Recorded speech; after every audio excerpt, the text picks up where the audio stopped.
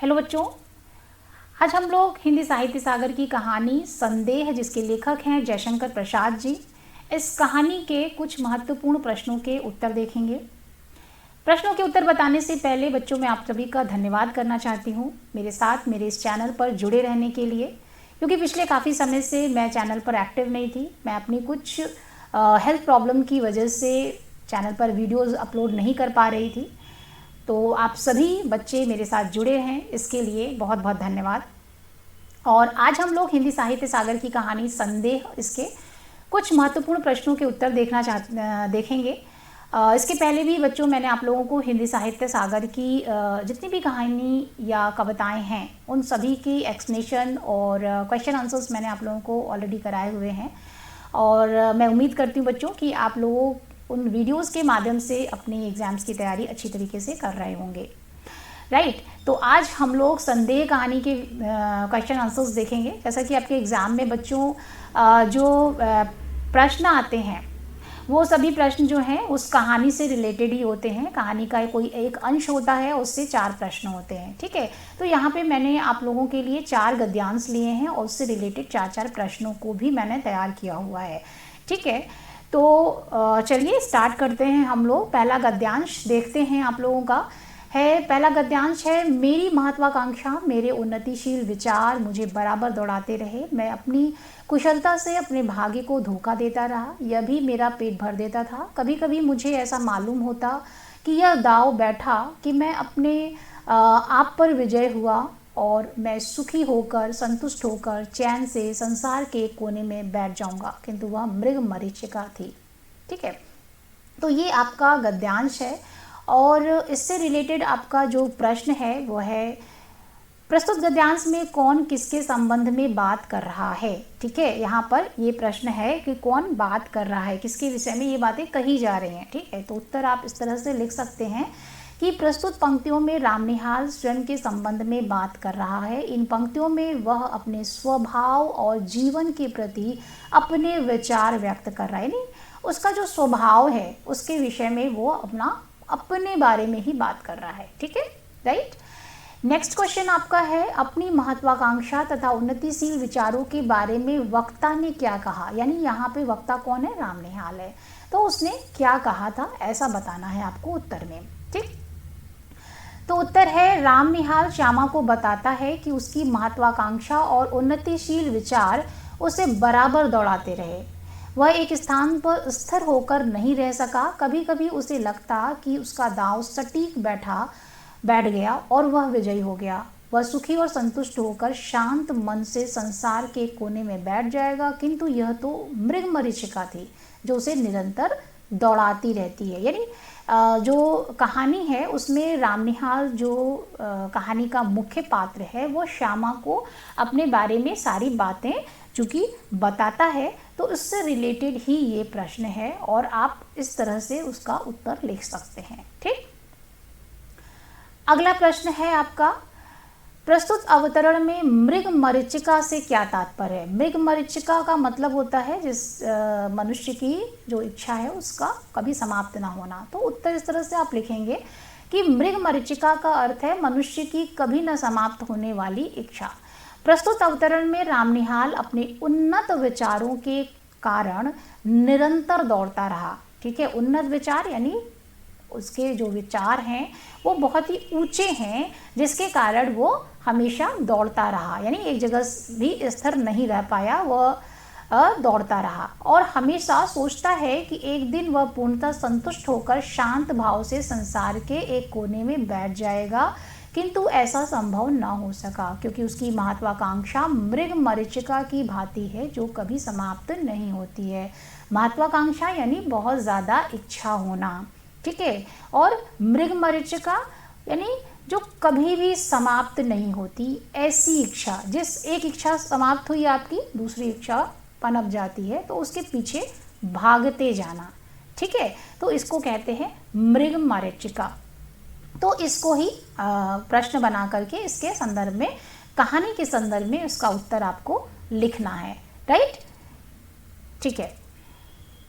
अगला प्रश्न है आपका, कहानी के मुख्य पात्र रामनिहाल की चारित्रिक विशेषताओं का उल्लेख कीजिए। ठीक है, चारित्रिक विशेषताएं यानी उसके चरित्र में क्या क्या अच्छाइयाँ और बुराइयाँ हैं। तो उत्तर आप इस तरह से लिख सकते हैं, रामनिहाल एक शिक्षित युवक है। ठीक है, एक हो गया शिक्षित युवक। वह स्वभाव से महत्वाकांक्षी है, जिसके कारण वह एक स्थान से दूसरे स्थान पर नौकरी या व्यवसाय करता रहता है। इसी कारण उसका कोई स्थायी निवास नहीं है। कई स्थानों पर भटकने के बाद वह श्यामा के घर में आकर रहता है। श्यामा में उसे एक संरक्षिका की छवि दिखाई देती है, जिससे उसके मन में श्यामा के लिए कोमल भावना उत्पन्न हो जाती है। रामनिहाल परोपकारी भी है।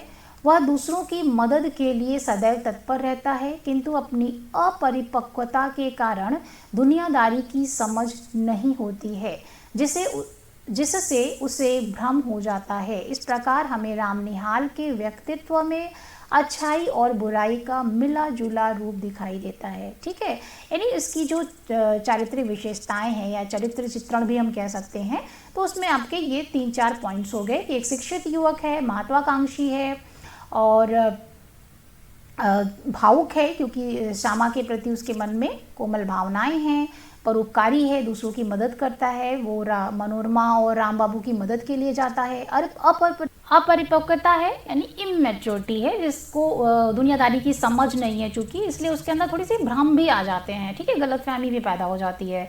ठीक है, तो इस तरह से हमें उसके व्यक्तित्व में उसके अच्छाई और बुराई दोनों ही देखने को मिलती है। ठीक है, तो ये हो गया मुख्य पात्र जिसकी चारित्रिक विशेषताएं। ठीक है, अगला गद्यांश देखते हैं। भगवान जाने इसमें क्या रहस्य है, किंतु संसार तो दूसरे को मूर्ख बनाने के व्यवसाय पर चल रहा है। ठीक, तो इससे रिलेटेड प्रश्न है, रामनिहाल को ब्रजकिशोर बाबू और मोहनलाल के संबंध में किस विशेष बात का पता चला। ठीक, तो उत्तर आप इस तरह से लिखेंगे, रामनिहाल को ब्रजकिशोर बाबू और मोहनलाल के संबंध में पता चलता है कि ब्रजकिशोर बाबू चाहते हैं कि मोहनलाल अदालत में पागल मान लिए जाएं और ब्रजकिशोर उनकी संपत्ति के प्रबंधक बना दिए जाएं, क्योंकि केवल वे ही मोहनलाल के निकट संबंधी थे। ठीक, तो ये पूरी कहानी दी हुई है, आपने कहानी पढ़ी होगी तो आपको समझ में आ जाएगा। ठीक, अगला प्रश्न है बच्चों, भगवान जाने इसमें क्या रहस्य है, रामनिहाल ने ऐसा क्यों कहा। ठीक, तो इसका उत्तर आप इस तरह से लिखेंगे, रामनिहाल महत्वाकांक्षी और उन्नतशील विचारों वाला था। वह छोटा मोटा व्यवसाय या नौकरी कर जीवन यापन करना चाहता था। उसे दुनिया की चालाकी या धोखेबाजी नहीं आती थी। वह सीधा साधा व्यक्ति है, इसलिए जब उसे ब्रजकिशोर द्वारा मोहन बाबू को धोखा देने की बात का पता चलता है तो उसे लगता है कि भगवान जाने इसमें क्या रहस्य है, क्योंकि वास्तव में संसार में तो दूसरों को मूर्ख बनाकर अपना काम चलाने वाले लोग ही होते हैं। ठीक है, तो यहाँ पर रहस्य है यानी छुपा हुआ है कोई चीज़। तो यहाँ पे चूंकि सीधा साधा व्यक्ति है रामनिहाल, उसको दुनियादारी की समझ नहीं है, लेकिन ब्रजकिशोर जो है वो एक मैच्योर व्यक्ति है, वो चालाक व्यक्ति है, इसलिए वो क्या कर रहा है, मोहन बाबू को धोखा देने का प्रयास कर रहा है। ठीक है, तो जब उसके विषय में पता चलता है रामनिहाल को, तो उसको लगता है कि पता नहीं क्या रहस्य है इसमें, और वास्तव में देखा जाए तो ये जो संसार है वो तो दूसरों को बेवकूफ़ बना करके ही चल रहा है। तो इस तरह से आप प्रश्न का उत्तर लिखेंगे। ठीक, अगला प्रश्न है, मनोरमा ने रामनिहाल को पत्र क्यों लिखे थे, उन पत्रों को लेकर रामनिहाल को क्या संदेह होने लगा था। ठीक है, यहाँ पे आपके 2 प्रश्न बन रहे हैं, तो उत्तर आप ऐसे लिखेंगे, मनोरमा ने रामनिहाल को अपनी सहायता करने के लिए पत्र लिखा था, क्योंकि उसे रामनिहाल एक समझदार व्यक्ति लगता है और उसे विश्वास था कि रामनिहाल ब्रजकिशोर की चालाकियों से उसकी रक्षा करने का प्रयास करेगा। किंतु उन पत्रों को पढ़कर रामनिहाल को संदेह होने लगता है कि शायद मनोरमा उससे प्रेम करने लगी है। ठीक है, यहाँ पे बच्चों चूंकि 2 प्रश्न हैं एक ही प्रश्न में, तो पहला, रामनिहाल को पत्र क्यों लिखा, क्योंकि उसे वो समझदार लगता था और वो सोचती थी कि रामनिहाल उसकी सहायता करेगा। लेकिन दूसरा जो प्रश्न बनता है वो है आपका कि ये पत्र देख करके रामनिहाल क्या सोचता है, उसके मन में क्या संदेह आता है। तो वो संदेह उसे ये होता है कि मनोरमा संभवतः उससे प्रेम करने। तो दोनों प्रश्नों के उत्तर आप इस तरह से लिखेंगे, राइट। चलिए आगे चलते हैं बच्चों। अगला प्रश्न है, रामनिहाल के हाथ में किसका चित्र था? चित्र को देखकर श्यामा ने रामनिहाल से क्या कहा? तो उत्तर यहाँ लिखेंगे आप, रामनिहाल के हाथ में श्यामा का चित्र था, ठीक। फिर अगला जो प्रश्न है इसमें है, रामनिहाल के हाथ में अपना चित्र देखकर श्यामा आश्चर्यचकित भाव से कहती है, तो क्या तुम मुझसे प्रेम करने का लड़कपन करते हो? यह अच्छी फांसी लगी है तुमको। मनोरमा तुमको प्रेम करती है, प्यार करती है, और तुम मुझको।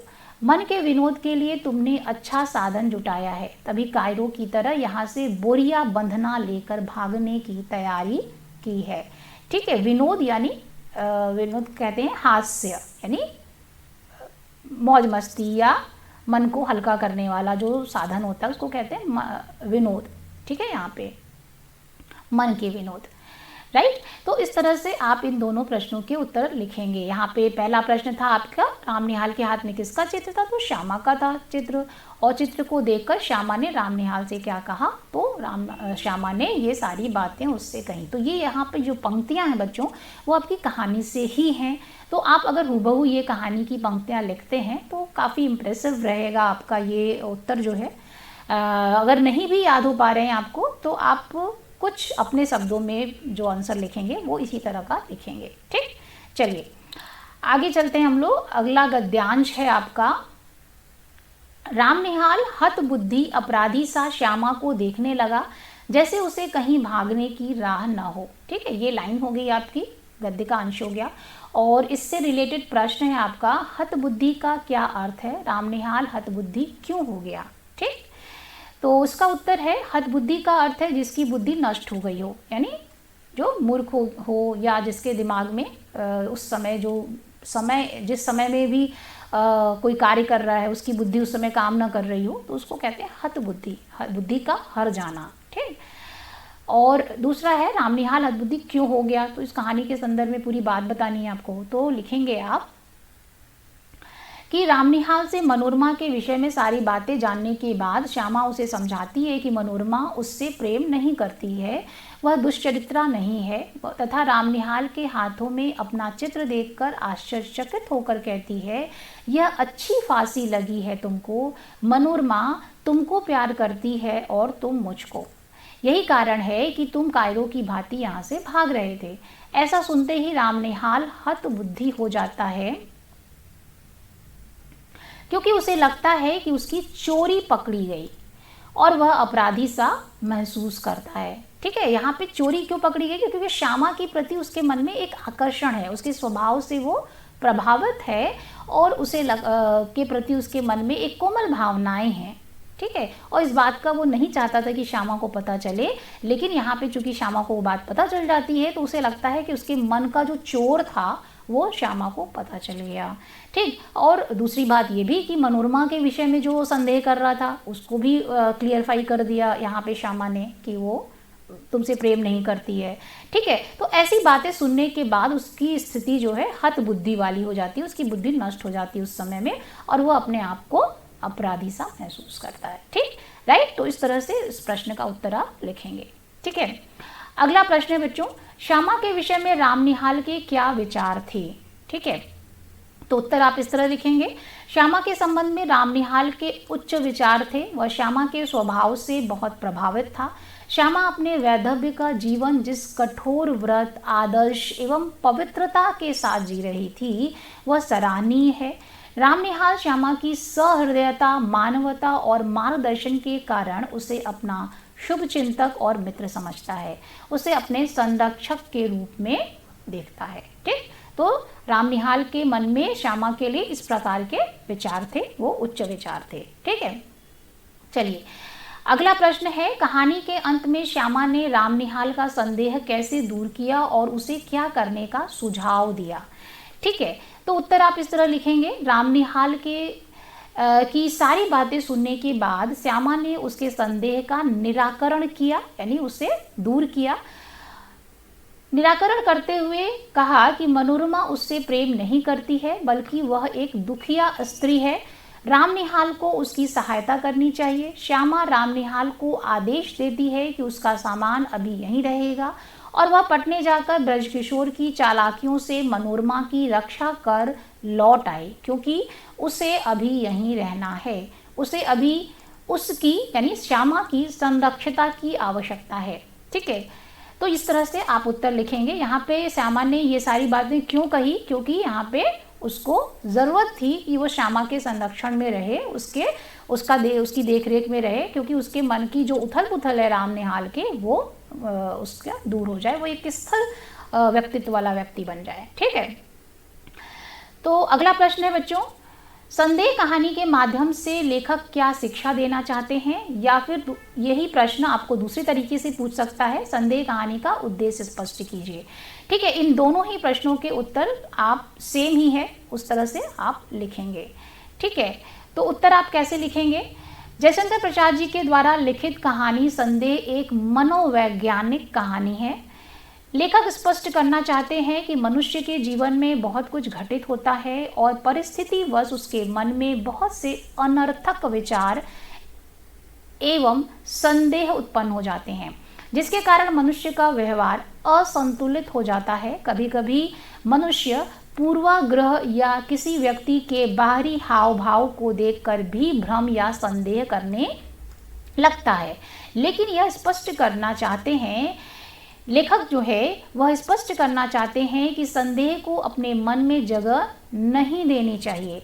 संदेह का निराकरण बातचीत या संवाद के माध्यम से किया जा सकता है, अतः तुरंत ही इसका हल निकालना चाहिए, अन्यथा देर करने पर जीवन में संकट की स्थिति उत्पन्न हो सकती है। ठीक है, तो इस तरह से आप कहानी का उद्देश्य या कहानी से क्या शिक्षा मिलती है, इसके संबंध में आप उसका उत्तर लिख सकते हैं। ठीक है, तो मनोवैज्ञानिक यहाँ पे, क्योंकि मन का विज्ञान है, मानसिक रूप में जो उथल पुथल है उसको यहाँ पर लेखक ने चित्रित करने का प्रयास किया है। ठीक है, अनर्थक यानी बिना किसी अर्थ के, बिना मतलब के जो विचार होते हैं वो उसको कहते हैं अनर्थक विचार। पूर्वाग्रह का अर्थ होता है जो पहले से किसी के विषय में आपने कोई रूपरेखा बना ली हो, ऐसा कुछ भी सोच लिया हो, उसको कहते हैं पूर्वाग्रह। ठीक है, कभी हम किसी के बारे में कुछ सुन लेते हैं या खुद से ऐसा उसके जो एक उसका हाव भाव है, उसका पहनावा है, उसकी जो कद काठी है, उसके माध्यम से हम क्या सोचते हैं कि ये व्यक्ति ऐसा ही होगा, जिसके कारण हमें संदेह हो जाता है। ठीक है, असंतुलित यानी इम्बैलेंस, यानी बैलेंस नहीं होना, संतुलन ना होना। ठीक, निराकरण यानी किसी भी बात को दूर करना, निराकरण करना यानी उस समस्या का समाधान करना, उसे कहते हैं निराकरण। ठीक है, तो इस प्रश्न का उत्तर आप इस तरह से लिखेंगे। ठीक है, मैंने कठिन शब्दों के अर्थ भी आपको बता दिए बच्चों। ठीक है, चलिए आगे चलते हैं। अगला गद्यांश है, एक दुखिया स्त्री तुमको अपनी सहायता के लिए बुला रही है, जाओ उसकी सहायता करके लौट आओ। तुम्हारा सामान यहीं रहेगा, तुमको अभी यहीं रहना होगा, समझे? अभी तुमको मेरी संरक्षता की आवश्यकता है। राइट, ठीक है, तो ये गद्य का अंश है, ये एक पैराग्राफ है और इससे रिलेटेड आपका प्रश्न बन गया यहाँ पर, प्रस्तुत कथन के वक्ता और श्रोता कौन है, उनका परिचय दीजिए। यहाँ पर वक्ता मीन्स बोलने वाला और श्रोता मीन्स सुनने वाला, इनके नाम बताने हैं आपको और उनका परिचय देना है, मीन्स वो कौन है, एक संक्षिप्त परिचय देना है 2 लाइन में आपको कि उनके बारे में, उनके स्वभाव या उनके चरित्र में जो विशेषताएं हैं उसके बारे में एक संक्षिप्त रूप में बात बतानी है आपको। ठीक है, तो उत्तर आप इस तरह से लिखेंगे, प्रस्तुत कथन का वक्ता श्यामा है और श्रोता रामनिहाल है। ठीक है, श्यामा एक विधवा एवं आदर्श स्त्री है, रामनिहाल उसके घर में ही रहता है। श्यामा एक समझदार और बुद्धिमान महिला है, वह रामनिहाल की हितैषी एवं संरक्षिका बनके उसका उचित मार्गदर्शन करती है। राइट, ये हो गया। और श्रोता कौन है? रामनिहाल। तो रामनिहाल एक महत्वाकांक्षी शिक्षित युवक है, अपनी कल्पनाओं को साकार करने के लिए जगह जगह नौकरी और व्यवसाय करने के लिए घूमता है। वह श्यामा के घर में किराएदार है। ठीक, एक संक्षिप्त परिचय हो गया दोनों का, वक्ता का भी और श्रोता का भी। ठीक, तो ये उत्तर हो गया आपका बच्चों। अगला प्रश्न है आपका, वक्ता ने यह कथन कब और क्यों कहा? तो उत्तर आप इस ढंग से लिखेंगे, क्योंकि ये पैराग्राफ से रिलेटेड प्रश्न है कि ये पैराग्राफ में ये बातें वक्ता ने कब कही। ठीक है, वक्ता यहाँ कौन है? श्यामा है। तो उत्तर आप इस तरह से लिखेंगे कि वक्ता ने यह कथन तब कही जब राम निहाल ने उसे मनोरमा और राम बाबू के संबंध में कहानी बताई और मनोरमा द्वारा लिखे गए पत्रों के विषय में भी बताया। श्यामा समझ जाती है कि मनोरमा ने राम निहाल पर विश्वास करके ही उसे अपनी सहायता करने के लिए बुलाया है, वह दुष्चरित्रा नहीं है। किंतु राम निहाल को भ्रम या संदेह हो जाता है कि मनोरमा उसे प्यार करती है और इसीलिए उसे वो बुलाना चाहती है। ठीक है, तो ये सारी बातें श्यामा ने उस समय कही जब वो सारी बातें वो समझ जाती है। ठीक, तो उत्तर आप इस तरह से लिखेंगे। राइट। अगला प्रश्न है आपका, मनोरमा कौन थी? उसे रक्षा की आवश्यकता क्यों थी? उसने किसे सहायता के लिए बुलाया? उत्तर बच्चों आप इस तरह से लिखेंगे, मनोरमा एक अत्यंत ही सुंदर एवं धनी युवती थी। वह मोहन बाबू की पत्नी थी। मनोरमा का अपने पति से वैचारिक मतभेद रहता था, पर वह एक समझदार और दूरदर्शी महिला थी। ठीक है, इसीलिए वह ब्रजकिशोर के चंगुल से अपने पति को बचाने के लिए राम निहाल से मदद मांगती है, उसे बार बार पत्र लिखकर अपनी सहायता के लिए बुला रही थी। ठीक है, तो ये उत्तर हुआ। चूंकि यहाँ पे बच्चों 3 प्रश्न हैं, एक ही प्रश्न में 3 प्रश्न हैं। मनोरमा कौन थी? मान लीजिए आपको मनोरमा का एक संक्षिप्त परिचय लिखने के लिए आ गया, उसकी चारित्रिक विशेषताएं आ गई, तो भी आप ये 2-3 लाइन्स शुरू के लिख देंगे, तो उससे आपका ये प्रश्न का उत्तर बन जाएगा। उसे रक्षा की आवश्यकता क्यों थी? क्योंकि उसको ब्रजकिशोर के चंगुल से अपने पति को आज़ाद कराना था। और उसने किसे सहायता के लिए बुलाया? यहाँ राम निहाल को बुलाया। नहीं, तीनों ही प्रश्नों के उत्तर आपका इस लाइन्स में हो गए। ठीक, राइट, समझ में आ गया बच्चों आपको। नेक्स्ट आगे चलते हैं। अगला प्रश्न है, संदेह का क्या अर्थ है? इस कहानी का नाम संदेह क्यों रखा गया? समझा कर लिखिए। इस कहानी में कौन कौन किस किस पर कैसे कैसे संदेह करता है? ठीक है, ये एक प्रश्न हो गया आपका। और एक प्रश्न और बन जाएगा इस पे, संदेह कहानी का शीर्षक सार्थक है या नहीं, स्पष्ट कीजिए। ठीक है, तो इस तरह से दोनों ही प्रश्नों के जो उत्तर हैं वो आपके सेम होंगे। ठीक है, आप एक ही बात लिख सकते हैं दोनों में। आप को उत्तर इस तरह से लिखना चाहिए, संदेह का अर्थ है शक, संशय या भ्रम। यह कहानी प्रसाद जी की एक मनोवैज्ञानिक कहानी है जिसमें उन्होंने मनुष्य के मनोविज्ञान को साहित्य के रूप में चित्रित किया है। इस कहानी में सभी पात्र संदेह के कारण परेशान हैं। आरंभ से अंत तक कहानी संदेह के दायरे में घूमती रहती है। यही कारण है कि कहानी का नाम संदेह रखा गया। कहानी में मुख्य पात्र राम निहाल एक और श्यामा के प्रति प्रेम के संदेह में अपने जीवन को सकारात्मक रूप देता है, तो वहीं दूसरी ओर उसे संदेह है कि मनोरमा उससे प्रेम करती है। ठीक है, किंतु श्यामा को राम निहाल के संदेह पर ही संदेह होता है, क्योंकि उसे लगता है कि मनोरमा राम निहाल से प्रेम नहीं करती। कहानी में मनोरमा और राम बाबू के बीच भी संदेह के कारण ही पारिवारिक कलह बना हुआ है। राम बाबू को अपनी पत्नी मनोरमा के चरित्र पर संदेह है। साथ ही राम बाबू को संदेह है कि ब्रजकिशोर उसकी जायदाद को हड़पना चाहता है और इसमें मनोरमा भी उसका साथ दे रही है। इस प्रकार पूरी कहानी संदेह के दायरे में घूमती रहती है। ठीक है, तो आप इस तरह से इसका उत्तर लिखेंगे। शीर्षक की सार्थकता यानी शीर्षक सही है या नहीं, इसका अगर ये प्रश्न आता है तो भी आप ये पूरी उत्तर इस तरह से लिखेंगे। और यहाँ पर उसको तोड़ करके कई प्रश्न बनाए गए हैं कि संदेह का अर्थ क्या है, संदेह कहानी का नाम क्यों रखा गया, और कहानी में कौन किस पर कैसे कैसे संदेह करता है। ठीक है, तो ये पूरा उत्तर बच्चों आप इस तरीके से लिखेंगे, क्योंकि ये पूरी कहानी जो है वो संदेह पर ही आधारित है। ठीक है, तो संदेह के कारण ही हर पात्र जो है एक दूसरे पर संदेह कर रहा हो रहा है। यही कारण है कि ये पूरी कहानी बनी हुई है। ठीक है, तो मैं उम्मीद करती हूँ बच्चों कि ये पूरी वीडियो आपको हेल्प करेगी आपके एग्ज़ाम्स की प्रिपरेशन में, और आप सभी को ये वीडियो बहुत अच्छी लगेगी। तो प्लीज़ आप सभी इसे लाइक, शेयर और सब्सक्राइब ज़रूर कीजिएगा, और कमेंट करके मुझे ज़रूर बताइएगा कि आपको वीडियो कैसी लगी। Thank you, all the best.